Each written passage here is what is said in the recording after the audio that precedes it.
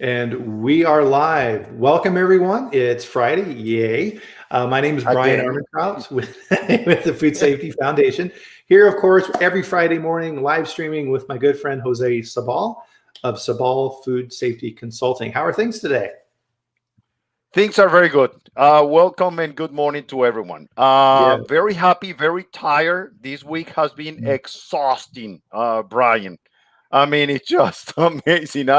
I went to bed last night at 1 in the morning, and then I was supposed to have a meeting with some guys in Andorra, between Spain and France, Oh, yeah. because we're working in a project for sustainability. And I Uh-huh. woke up and I was waiting for the link for the Teams meeting, and it never arrived. So I wrote them an email. Hey guys, you forgot, the Oh, thing. no. But Oh. well, it is what it is. So then I just went to have some breakfast, and that's it. We're here. We're going to have fun.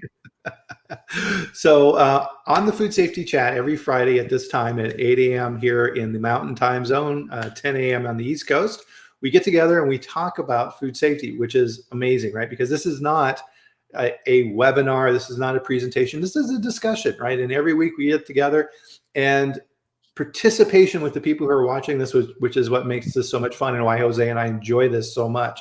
So one of the things we like to do here in the beginning is start off with hellos and all those type of things. So one of the things we like to do is put where we're at around the world, because we're always amazed the locations, Munich, Germany, and Turkey and India and all these places around the world that tune in for this, which is amazing. I am in Colorado here in the US, and Jose is down in Southern Florida. And so we're always checking each other's weather.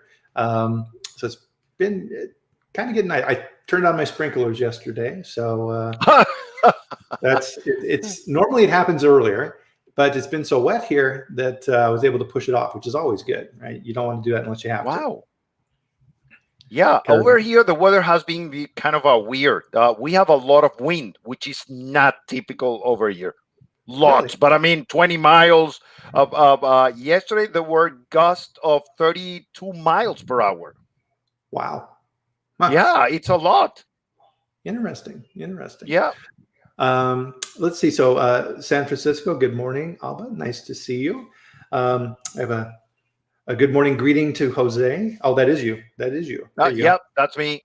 You're greeting yourself. Okay.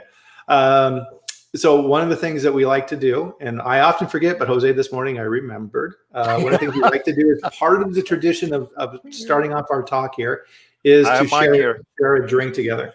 So I have, of course, my traditional coffee, and Jose has his tea. So everybody, please grab your beverage and join us with a drink here this morning.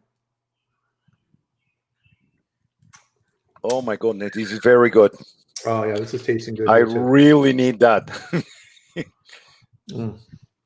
Very, very good. Very good. So Jose, what's our topic this week? Oh, we're going to have fun today. We're going to be talking about pest control in food facilities. Mm-hmm. We have a gentleman joining us from Nigeria. Well, good. Thank you for joining us. Our friend Jill is here in Minnesota, here to bug us. Right. I was making that pun on some of the posts I was making about this, right? What really bugs me is pest control. So I apologize on the post, so I'll apologize here again as well. Yep. So, nice. Brian, should we start? Let's go. Okay. So look at this.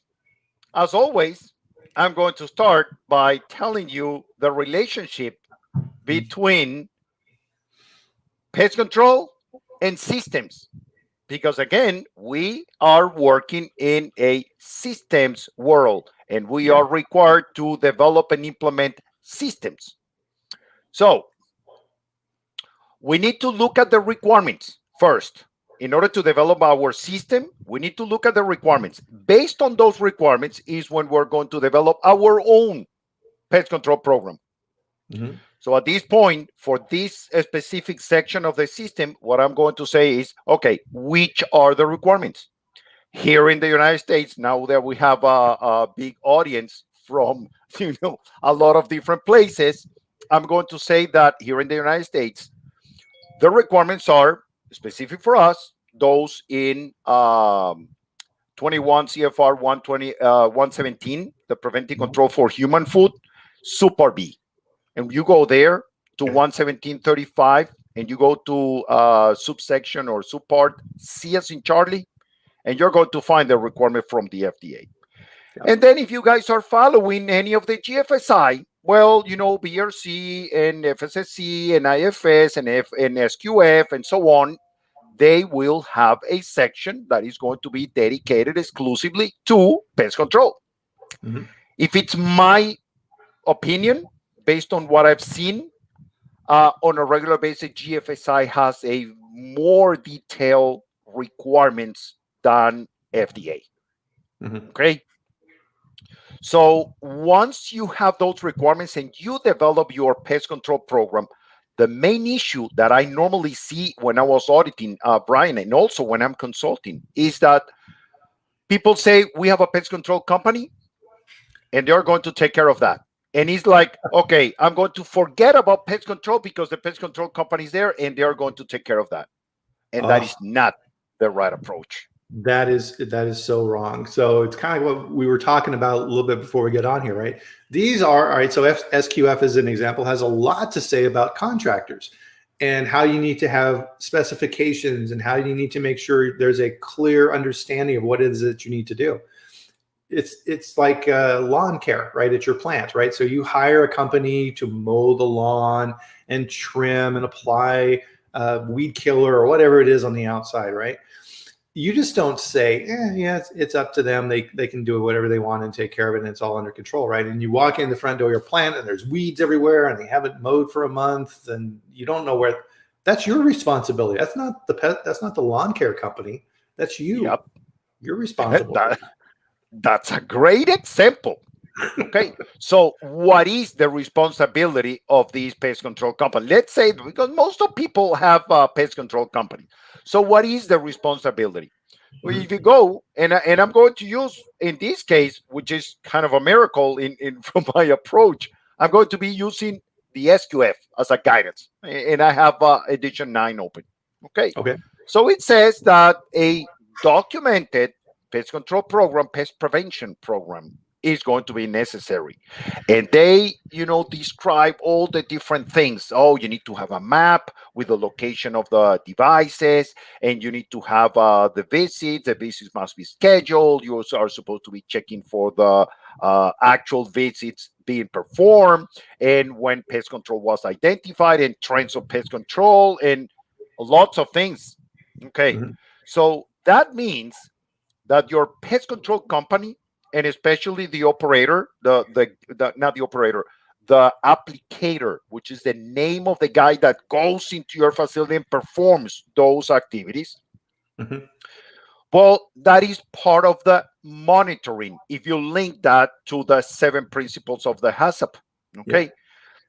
And it is the responsibility of the pest control company to train that individual, or make sure that that individual is trained and knowledgeable on whatever he or she is going to do. However, okay, and this is something that everybody needs to be very clear in a system. The ones that are responsible for the effective implementation of that program is the company, not the pest control. So it is the responsibility of someone within the company to make sure that the pest control operations are being performed exactly as written. That's a good point. And the management of this is super important, right? So something I don't care about is I don't care about the pest company. I don't care what company they are. The name of the company is irrelevant.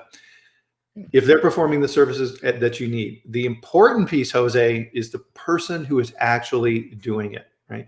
If you have a mediocre pest control company, but you have an excellent, standout, fantastic pest control operator who's coming to your facility, you're going to have great access and great service within there, right? You're going to have good feedback. You know what they're doing versus, did the pest control guy come this week? Well, I don't know, right? There's a report on somebody's desk somewhere, right? And you never see the guy.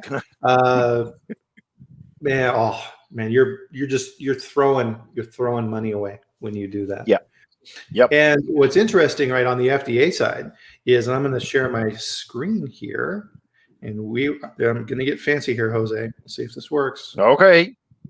So I did an analysis recently of FDA 483s, and this is data from 2020. This is a graph. Oop, there it is. This is a graph, and I apologize, I know it's hard to read, but I'll explain what's going on here. This is a graph of the observation citations for 2020 from FDA. Now, keep in mind, FDA's 2020 is not calendar, right? It's not January through December. They're off a quarter, right? So their year ends in September 2020. So this goes back like that. So if you try and analyze the data yourself, it may be different than this if you look at the calendar year. So as I often harp on big time, right? Far and away, the number one thing that FDA is writing people up for, foreign supplier verification. That's that big guy there on the left, the 514. Next up is improper hazard analysis, 104, right? So you didn't do a good job in your food safety plan. Next up, Jose, 98 483 citations for pest control.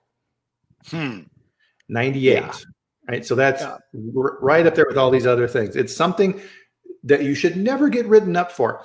And when I looked at this data and said, okay, this is very interesting. What is it that FDA was actually saying for these pest control violations? And more than half were observational. So when FDA is out in the plant and they're looking around and they see evidence of rodent activity, or there's birds in your warehouse or something like this, right? So FDA then looks at that and says, well, obviously your pest control program's not working. Here's your 483. Yep. Very good point. So now look at these, Bryan. Keeping on that path that I had linking systems to the pest control, okay?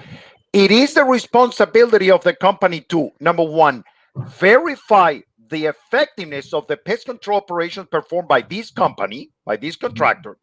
It's not their responsibility to verify their own job. It is a responsibility of the company to verify the job of the contractor.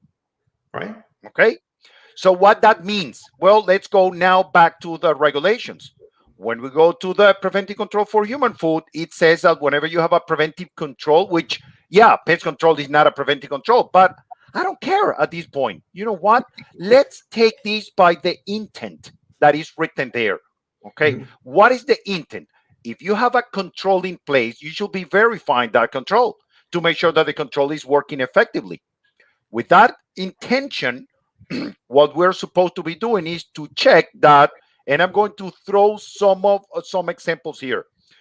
If the pest control guy is supposed, or lady, is supposed to go to the facility every 2 weeks, I'm supposed to be checking that they are coming every 2 weeks. Yeah.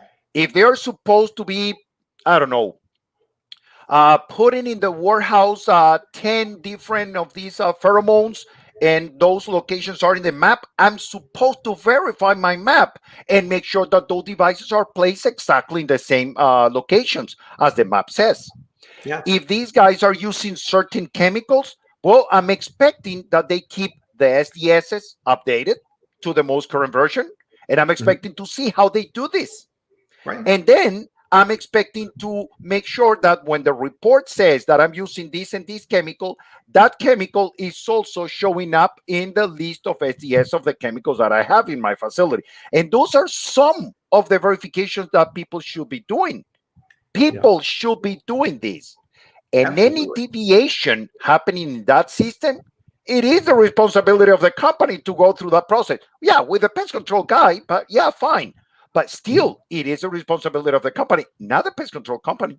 Right, absolutely. Now, so think of this, think of your pest control company as a supplier, just like a supplier of ingredients coming into your plant, like sugar or whatever that it is that you're buying, right? They're a supplier. You need to evaluate them just like that, right? So if this is a brand new supplier and you don't know them, you need to take extra samples and you need to go audit them and you need to verify that everything that they're saying they're doing, they're actually doing. Pest control is the same. So once you look at a pest control company and they say, okay, this is going to be the person that's going to be servicing your facility, before that person even sets foot in your plant, you need to interview them, right? Sit down with that PCA and say, okay, you're going to start visiting my plant. Tell me a little bit about how you do things. What are the things that you're looking for? How do you deal with seasonality, right? Our facility is next to a field. And I know that in the spring, there's lots of rodent activity and these type of things. Tell me how you would manage that. How would you let me know what you're doing, right? You need to get that understanding. And if you don't like that pest control operator, go back to the company and say, nope, this person is not going to Not meet this my one. needs. Send me somebody else. You don't have to take who they send you. And if they say, sorry, that's all we got. Okay, well, I'm going to talk to some other companies. Yeah. Yep. Don't I accept agree with you. Right. So what I'd be really curious to hear from people in the chat here too, Jose, is on that verification piece, right? Because there's always little tricks, tips and tricks people do, right? Yes. So one of the things I used to do is, and there's different variations on this, and technology is changing this too, right? Because of the barcodes. But like on tin cats, right? Number one, the barcode should be on the inside if they scan it, not the outside. Inside of the trap, I used to put a business card or like a little rubber rat, right? Or something like that. And I would say on there, when you find this, bring this back to me. So I would know that they were actually checking those and not just going through with their scanner and going beep, beep, beep, beep. Okay, I'm done. I'm going to go have a beer, right? I want to make sure that they're taking care of those things. Because to your point, right, we all know in production facilities, those tin cats are right by doors and warehouses, they get beat up. Right? They get beat up and they get moved and people kick them around and all these type of things. Those need to be in good condition, right? And they need to be checking on that. Corey has Corey said fake snake. Can you imagine opening that up and find that snake in there? You're like, oh my God. Yeah. So look at this, Bryan. You got a very good point. So real example. Look at this one. So I was auditing a chemical company. Okay, they produce ingredients for the food industry. Their products are 100% enclosed. Nothing is exposed. No food. It's just chemicals, and that's it. I will say that there is some kind of a weird smell, which is quite typical in a chemical company. I was not able to see that many insects when I was auditing all the time that I was out. I was not able to see that much activity. And yeah, it's kind of, makes sense. I mean, there is nothing exposed. All the process is enclosed. The finished product is liquid and it goes into barrels and it's, large quantities because it's a, huge supplier. So the rationale for the bait stations on the outside was to place them 50 feet away between one and the other one. Okay. 50 feet. Okay. Which I say, okay. I mean, if that is the approach based on what I see, I'm not an expert. I'm not a pest control guy, but I will say that it's fair. It's outside. The what we're trying to do on the outside is just to kind of monitor the surroundings to determine if there is any activity that may come in. Okay. But so I asked them, hey, do you have the report? Yes. So this company is the one that has the scanner. And when I was looking at 6 different reports, because I started with one and then something triggered my mind and I asked for 5 more, 6 different reports. And let me give you the example about one of them. It took the pest control guy less than 2 minutes to check 7 bait stations. Wow, that guy's a sprinter. That's amazing. Oh my goodness, really? So I support what you said about, or what Corey said about the snake or the mouse or the cards, because unless you are following the pest control person, you don't know if that person is going to be checking each and every single device. Now, does it make sense to follow a person every time that person shows up in your facility and spend 4, 5, or 6 hours? No, it doesn't make any sense. So having a written procedure that you're going to be placing some cards or a mouse or a snake inside a bait station or a tin cat, it makes sense because now those guys know that you are verifying that they need to check each and every single station. And what I expect from those guys, right? So number one, right, back to our supplier analogy. So in the beginning, right, you need to make sure this guy or gal knows what they're doing, right? So yeah, in the beginning, you're probably going to send somebody on your team to go around with them to make sure. In lots of facilities now, there's cameras, right? You can check that camera footage to see what these guys are doing, right? What are they doing when they're not being watched? These type of things to evaluate. And to your point, Jose, over time, once you develop trust and you know that you have a good pest control operator, then you can give them a little more slack. But Yeah. I mean, what I want to see now too, and this is something that I push pest control companies on, is this is 2021. I don't want the old-fashioned book with the written reports, and I want data that I can analyze. I want trends, I want graphs, I want information that I can use to modify and track things, right? Because as we talked about earlier, seasonality, right? Different pests have different activity at different points in the year.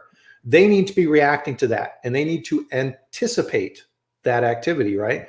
Because as we talked about with the 483s from FDA, all I need is FDA to show up unannounced one day, and it just happens that the pest control guy isn't doing a good job, and they see some activity in the plant, in the warehouse, doesn't matter where it is, 483, right?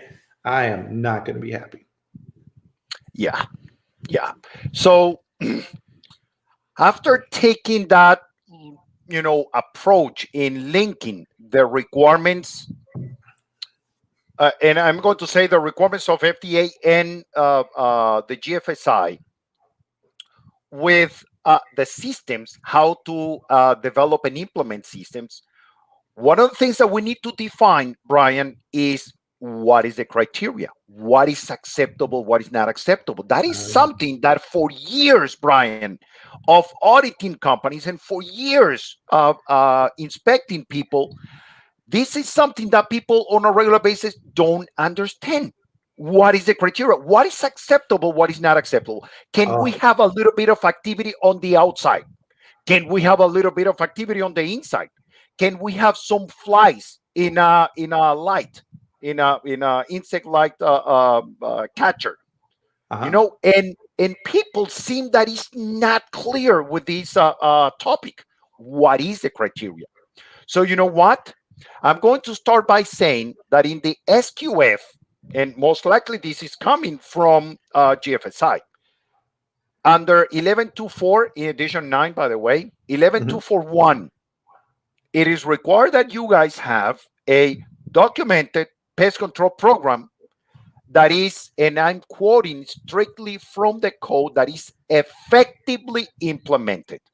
Well, the word effective in systems means that that program is going to be validated. And when you're talking about validation, you're going to say, well, validation against what?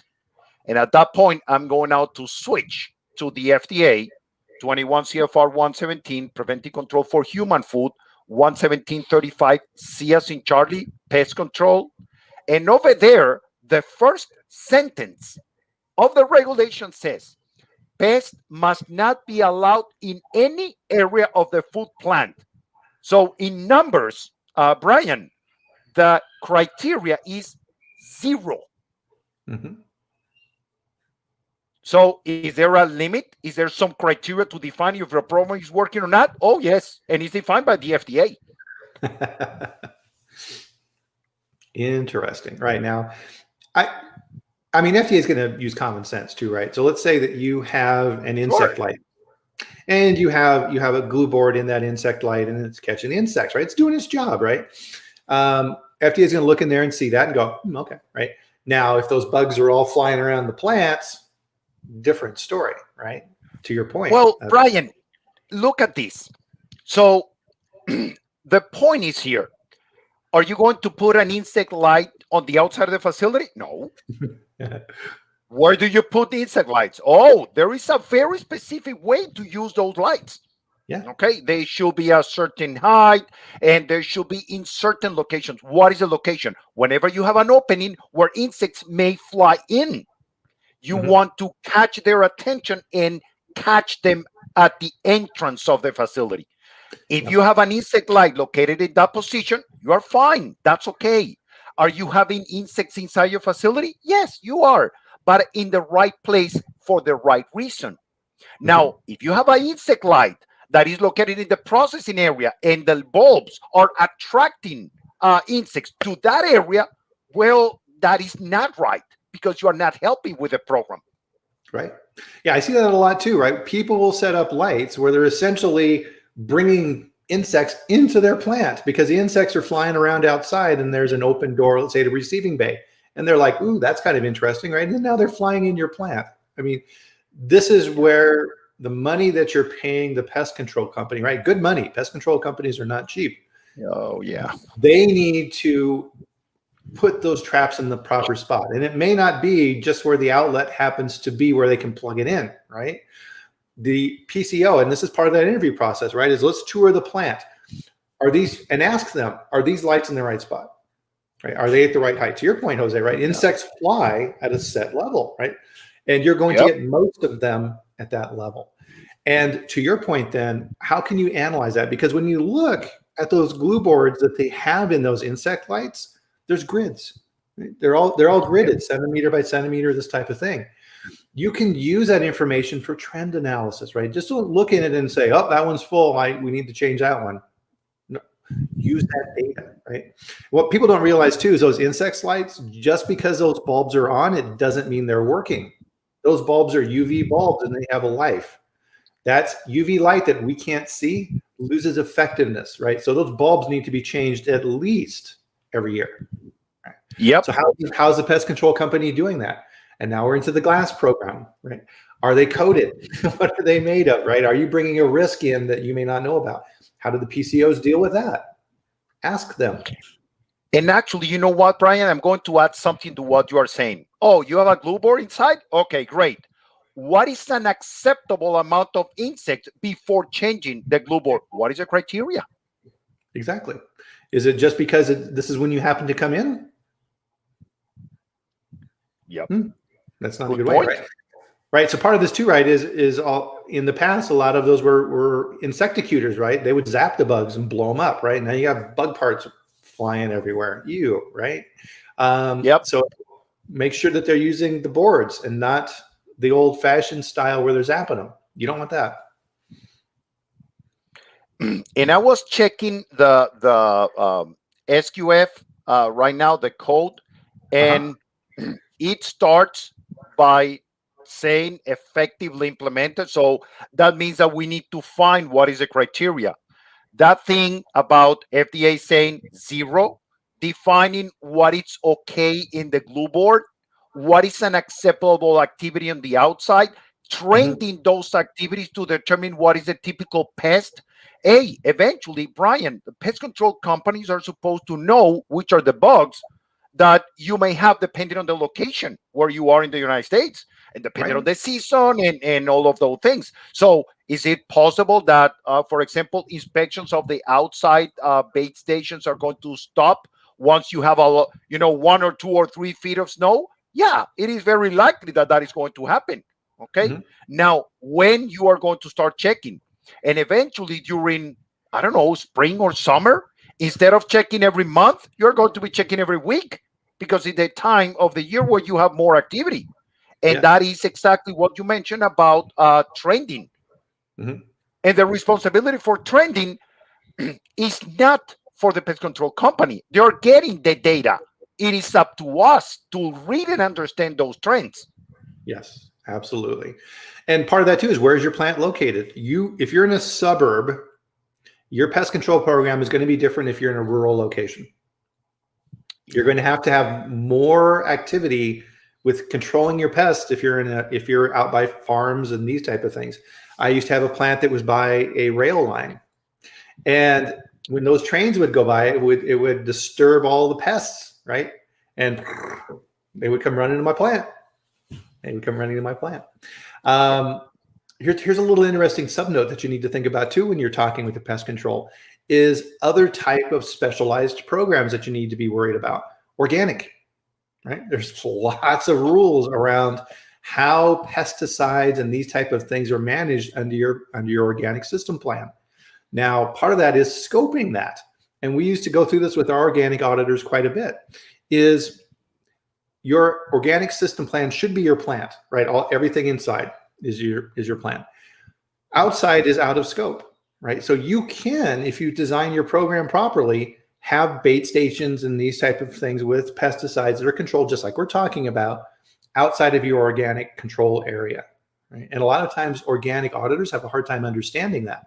So you need to work through that. And this is something else, if you're an organically certified facility, that you need to talk with your pest control company so that they understand that they need to have experience dealing with organic plants. Yep. And you know, you brought something to my attention, and I'm looking right now at the regulation of preventing control for human food. And the FDA says, and remember that these are GMPs. So under FDA requirements, you are not required to have documentation for this.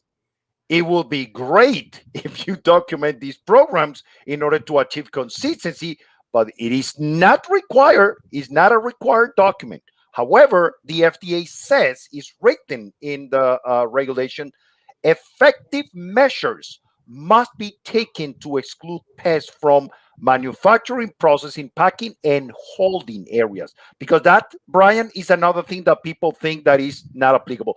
I do have a warehouse and a distribution center, so that is not applicable to me. Really? Yes, it is. Oh, yeah. That's a perfect segue, Jose. Is so there are some pests, you know, you're controlling in your program, and then you have these other ones which, oh my God, they're such nightmares. Birds. Oh, birds. Oh yeah. Right. That's why you need to keep your plant shut, right? So trucks are being loaded, dock doors are open, and in flies a bird, right? I'd be really curious, how do you deal with that, right? That's a really, really hard thing, right? Because if FDA walks in, that's a pest in your facility, 483. Bryan, do you remember Peanut Corporation of America? Yes. Yeah, one of the things that was in that report when they performed the investigation is that they found birds inside the processing areas. Wow. Yeah, you were not aware of that? No, I didn't know that, but it makes sense, right? Oh, yes. Salmonella. Yeah. Birds. Yep. I didn't know that. And I remember one time performing an audit in one of these places in Midwest. We were it was kind of an industrial complex, but we were, at that point, I was auditing the inside. And they have the roll-up door open because it was very hot. And they say, oh, the thing is that it's very hot and I need to keep this door open. And suddenly, whoop, one bird flied in. And I say, okay, there you go, your pest. Yep. I mean, there's some really good options out there now with roll down screen doors and things like that. Okay, yeah, it gets hot. Here's a screen door, put that in place, and you can use that, right? So yeah, workers are going to do things, right? And if you're not there, who knows what's going on, right? So you need to make sure that you're giving that environment to work in. Because yeah, a bird gets in your plant, that is a nightmare, right? Good luck. And a lot of times you have to hire, because you'll call the pest control company and you're like, hey, there's a bird got in my warehouse. And they're like, we don't, that's not our responsibility. You got to go find a specialist to get that bird out of there, right? You don't want to hurt the bird. So how do you get that bird out of there, right? That's something else you need to talk with your pest control company about. Okay, if I get a bird in my warehouse, what do you guys do? Because if they say we don't deal with that. Bryan, and this is also from experience. Do you know that, oh my goodness, I don't know if some or most of the birds are protected species? Yeah. And you cannot kill them. No. So you need to humanely, take the bird out of the facility. Oh my goodness.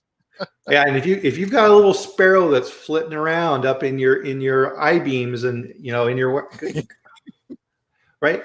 Because this happens during business hours, right? And the pest control company isn't there, right? They're never there when it happens. And you got to think about how you're going to deal with that. I'd be curious. So people watching the show here, how do you deal with birds? I'd be curious to see how other people deal with it. Right? You got to be pretty creative when it comes to birds. That's a good question. Yeah. We'll I check worked for a here. company, speaking of protected, right? So we had a facility and we had a large drainage pond for the city that was located on our property for rainwater and these type of things. And it would fill up. And guess who would then go there? Geese.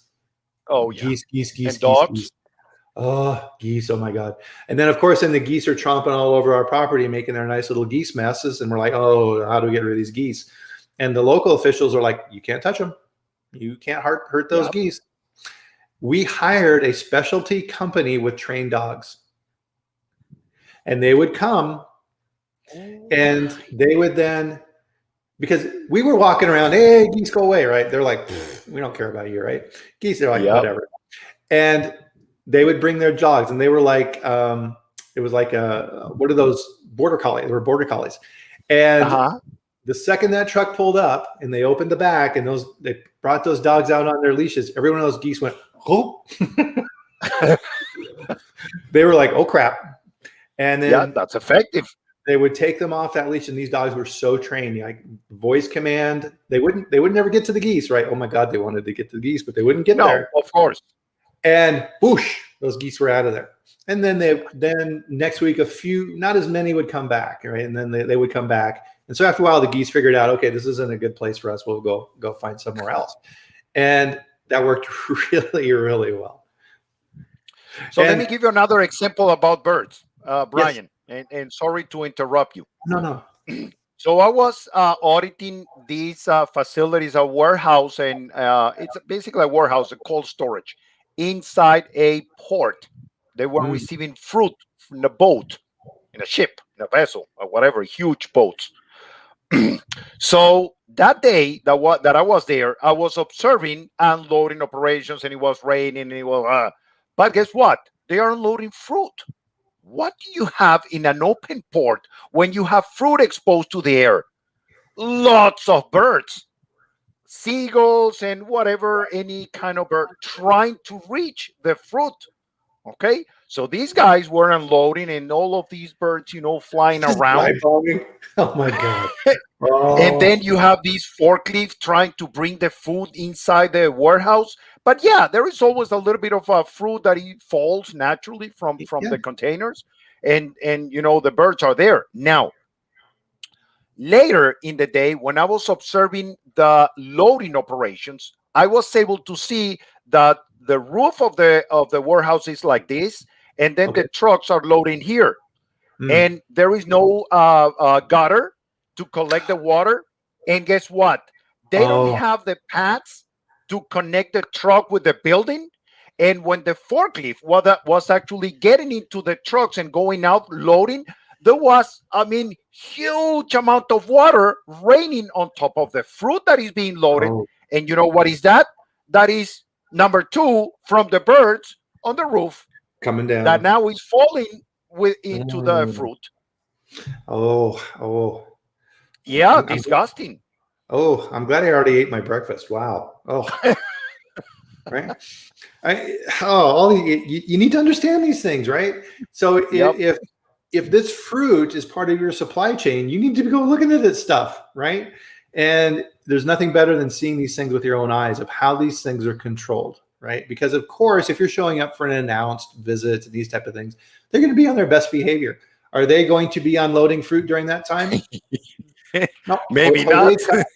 Right, Jose's coming. Shut everything down. We'll wait for him to leave, and then we'll start up again. Right? You need to think about these things. Oh my goodness. Well, I remember one time. Now that you mentioned this, is potentially a little bit off topic, but to your point, I went to this facility for 2.5 or 3.5 days, something like that. And my agenda is on a regular basis. It was not doing third-party audits anymore.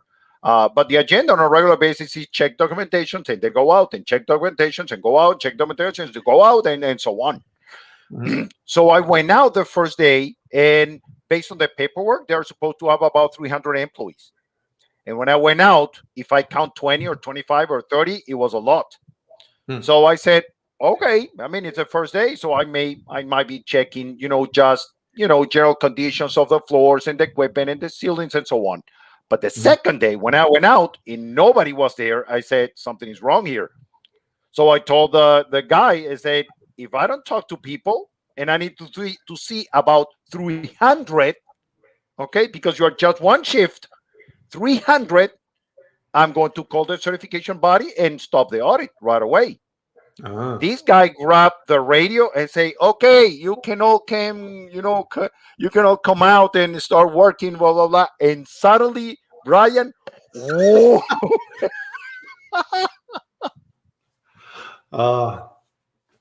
Yep, Yeah, they were scared because all of those guys were those that you temps, that they might not be properly trained and so on. And actually, that's one of the things that I found. They were not properly trained. So that was the concern. Right. Interesting. So here's a thought that came to me. A good way to think of your pest control program is like your environmental monitoring program, right? You have zones in your environmental monitoring program, right? Zone 1, 2, 3, 4, moving out to the dirtiest zones. Your pest control system is the same, right? Your zone 1 is your GMP area, right? You want to control that and keep the pests out of that. As you go farther out, things get dirtier and dirtier from a pest standpoint, right? Zone 4, you could think of as outside your plant, right? So you want to keep things out there. So what are the barriers that they're going through to make sure that once you get to your production area, that there's no pests? It's a good way to think about it. And Bryan, you are saying production, but remember that the zero tolerance of the FDA includes the warehouse. Absolutely. Absolutely. No, you're correct. You're correct. Maybe, I mean, yeah, you need to look at that, but maybe that's a zone 2. I don't know. But right, I mean, just as important, I don't know. Something to think about. Depends on how we define those zones, Bryan, at the end, because we're the ones using that approach. I believe that approach is great. It's a great idea, but we are going there and we're going to define the zones. And maybe we don't have 4 zones. Maybe we have 2. Maybe we have 3. It's up to us to design that and whatever is the criteria for each of those zones. Well, I think it kind of brings it back around full circle, Jose, right? This is your program, right? This is not the pest control company, right? They're providing a service for you and doing what you're paying them to do. And you need to, as the customer, specify the terms and what you expect, right? It's no different than a manager relationship with an employee on their team, right? Here's your objectives, here's your goals, here's your training, here's how I'm going to be evaluating you, and here's how these things work, right? And if you go off track, here's how we're going to talk about it, and here's how I'm going to get you to do things correctly, and all those type of things, right? It's the same type of thing. There should never be, right? We were talking about this before this call. There should never, right? You should never have a deviation or, God forbid, a 483 for pest control. I mean, that should be something that is locked down all the time. There's no reason for that, right? And when you think about it, right, it's again, I mean, Jose, it's amazing for me how many things we try and get really fancy in what we do sometimes, but really everything comes back down to the 4 basics, right? It's plan, do, check, act. Right? Yes. Yeah, systems, Bryan. I mean, systems approach to fix that issue. And those that are thinking that because the FDA do not require documentation for the GMPs, that is wrong. Okay, because if you go through the GMPs, and this is something that I did with the copy that I have, if you go through the GMPs and look at how many times the FDA has been asking for effectiveness. What is effectiveness? Oh, that is principle number 3. You need to define what is the criteria that will make your program successful, and then make sure that you achieve that status. Right. Yeah. Pulling out a book and putting it in front of an investigator and an auditor is not sufficient, right? You need to be able, as I say, you need to be able to tell your story, right? You need to sit down and explain to that person and say, yep, here's our program. Here's how we control it. Here's how we manage our pest control. Here's how we go back and look at trends. Here's how I analyze the data. When I see things I don't like or things that move in a direction that aren't correct, here's my corrective action systems that I use for that. Would you like to see some of this process and how this all works, right? What auditor, if you're sitting in a plant, Jose, doing an audit, and they start the conversation with you around pest control, you're going to be a happy guy, right? Oh, yeah. You're like, thank you, right? Let's go through that, please, right? It's always plan, do, check, act.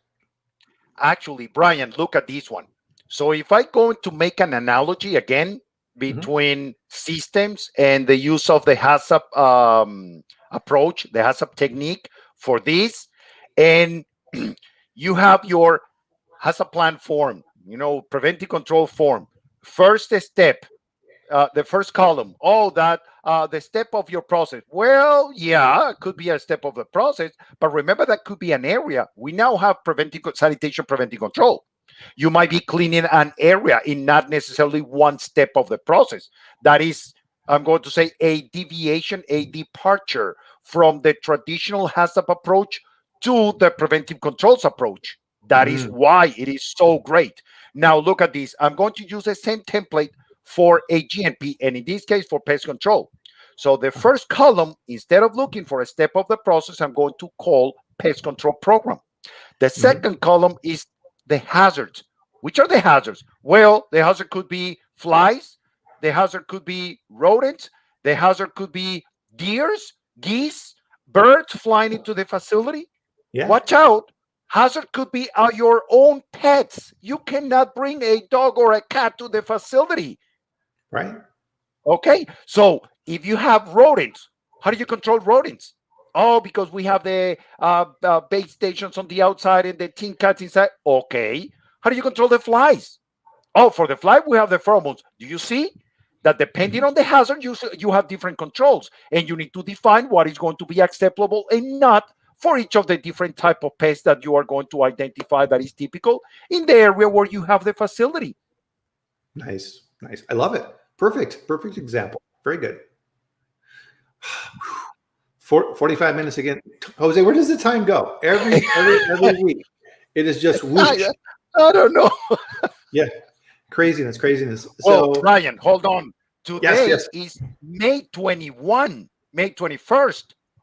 So we almost at the end of the first 5 months of the year, where they went. Oh, I know, it's crazy. Definitely. So we'll wrap up this edition. And again, everybody, so on LinkedIn, what Jose and I are doing now to help people remember to attend this is we're putting in an event. And so when you see that event, you can go to our pages in LinkedIn and you can sign up for that. And then the system will let you know that we're getting together for this food safety chat. So it's a nice way to manage that within your calendars and everything else, because at least from our viewpoint anyway, right, having this live and doing these interactions, this is why this is so much fun. I mean, everybody had amazing comments. I loved Corey's comment on the snake. If I found that snake in there, I probably would have had a heart attack. And I know my wife, right? My wife hates snakes. So that would have been crazy. But again, everybody, we're back here next Friday, and reach out to us, right? Our emails are here. We're here to help. And if you have a topic you want us to cover on one of these food safety chats, let us know. Send us an email and say, hey, Jose, I would love for you guys to talk about this, right? And we'll take a look at it and put it on the calendar. We love that. Yep. So everybody, on behalf of myself and Jose, thank you again for attending. We enjoy this and appreciate you being here. And we will see everyone next Friday. Bye, guys. Bye-bye. Thanks, everybody.